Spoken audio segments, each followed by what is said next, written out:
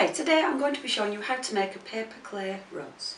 Okay, so we're going to show you how to create these flowers from the air dry clay. The air dry clay is a fabulous product to work with. I know we've got a few other clips on the website regarding the air dry clay, but making flowers is definitely something it's brilliant to use.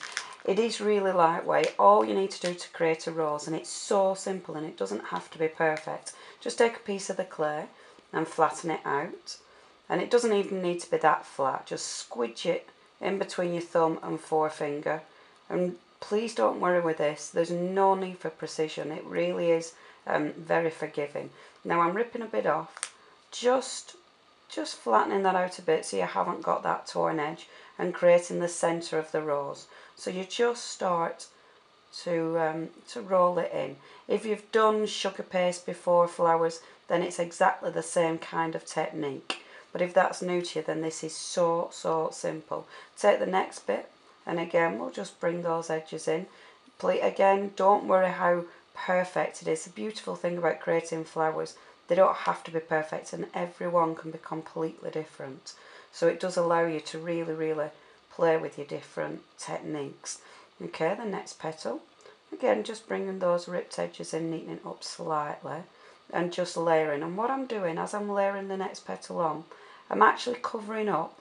So you take it, if I show you from the back, you take it so it goes partly over your first petal, and you want to just fill in the gap. So you're working round the actual flower. We'll take a bit more clay for our next petal. And what's nice about this, you don't have to spend ages working it in together. It works in really quickly and easily.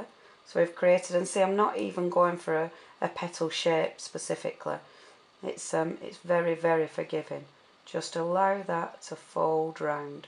Now what you do want to avoid is putting these too low down, because what you'll find when we squidge the flower in a second, if they're too low, the outside petals drop below the actual centre of the middle part of the flower. So don't make that mistake of placing them too low down. So we'll just keep layering. Now it's up to you how far you want to actually take it and how many petals you want. Obviously, if you're just creating a rosebud, just do a few. In fact, if you're creating a rosebud, all you really need to do is that central part, and then wrap another part round for the leaves. Okay, I'm happy with that. Now, it's obviously very chunky there.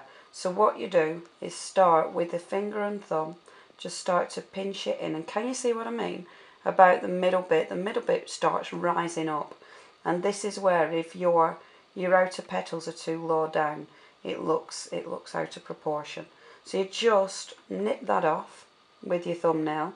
Obviously, if you haven't got I have rubbish thumbnails at the moment, but you can nip it off with a craft knife if you want to be more precise. And then all you need to do is start to mould it. Now, rather than getting my fingers in there, I'm just going to use my poker tool to hold the rose, and that'll allow me to get into the centre.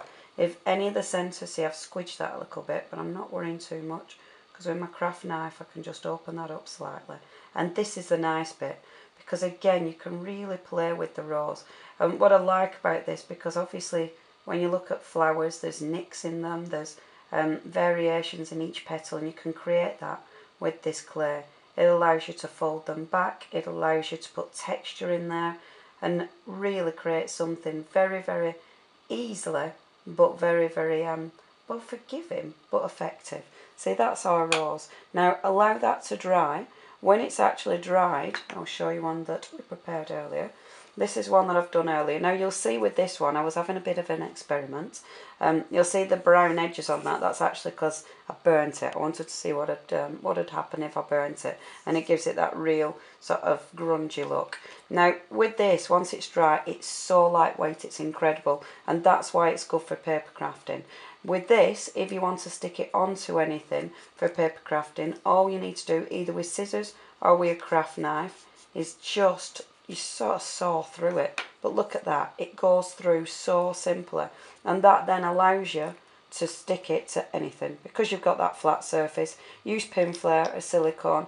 It'll allow you to stick it to boxes, to picture frames, even to your cards. And because it's so lightweight, if you're using it for cards, it's not going to be too heavy for your cards. painting it is also really simple.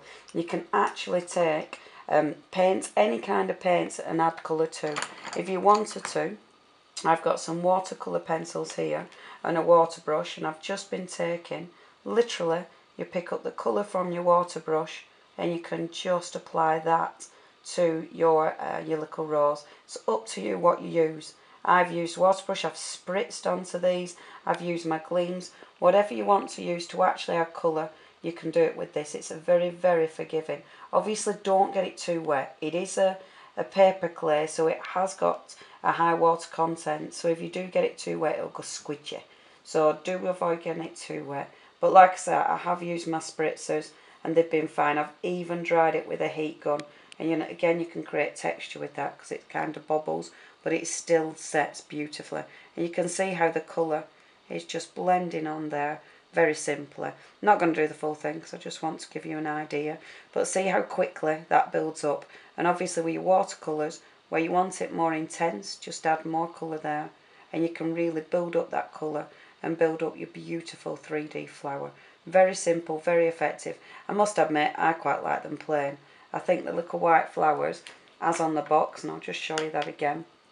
The little white flowers on the box looks really, really pretty. If you wanted to add a touch of glitter, that would look good. But again, have a play with this. That's the easy way to make the perfect paper rose.